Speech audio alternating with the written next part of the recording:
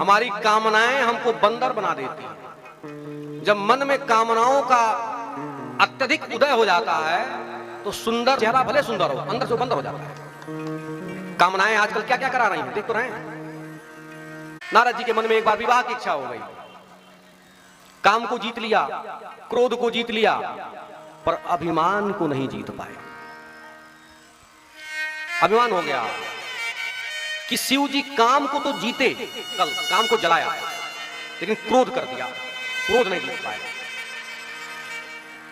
तो काम जीत लिया, क्रोध जीत लिया, अभिमान आ गया और अभिमान ने उनको नष्ट कर दिया। और जब एक अभिमान आया तो लगे घूम घूम करके प्रचार करने, हम शिव जी से बड़े हो गए।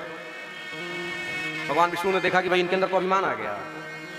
भगवान किसी का अभिमान नहीं रहने देते हैं। जीवन में काम की, क्रोध की, लोभ की आवश्यकता है, बुरा नहीं है, नियंत्रित होना चाहिए।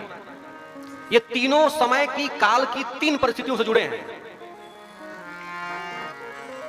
काम नहीं रहेगा, कामना नहीं होगी तो आप कुछ करेंगे ही नहीं, अथवा तो काम नहीं रहेगा तो सृष्टि का विस्तार रुक जाएगा, लोभ नहीं होगा तो कोई कार्य नहीं करेंगे, और क्रोध नहीं होगा तो समाज में उच्छृंखलता आ जाएगी। डर आवश्यक है, नियंत्रित होना चाहिए, लेकिन अभिमान की कोई आवश्यकता नहीं।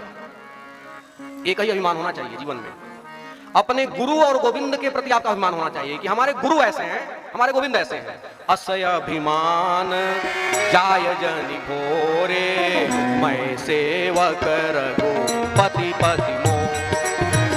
असय अभिमान जाय जनि भोरे, मैं सेवक रघुपति पति मोर। अपने गुरु और गोविंद के प्रति मात्र अभिमान होना चाहिए। अभिमान आ गया, भगवान ने उनका अभिमान नष्ट किया। विवाह, माया से विवाह करने के लिए चल पड़े। सुंदर थे, मुनि थे, भगवान ने बंदर का रूप दे दिया। हमारी कामनाएं हमको बंदर बना देती हैं। जब मन में कामनाओं का अत्यधिक उदय हो जाता है तो सुंदर दिखने वाला व्यक्ति भी बंदर हो जाता है। चेहरा भले सुंदर हो, अंदर से बंदर हो जाता है। कामनाएं आजकल क्या क्या करा रही हैं, देख तो रहे हैं। तो एक कारण यह बताया, नारद जी ने श्राप दिया है कि आपने मेरा विवाह होने नहीं दिया, तो जाइए, हमको आपने बंदर बना दिया, यही बंदर आपकी रक्षा करेंगे, आप भी पत्नी के लिए रोएंगे।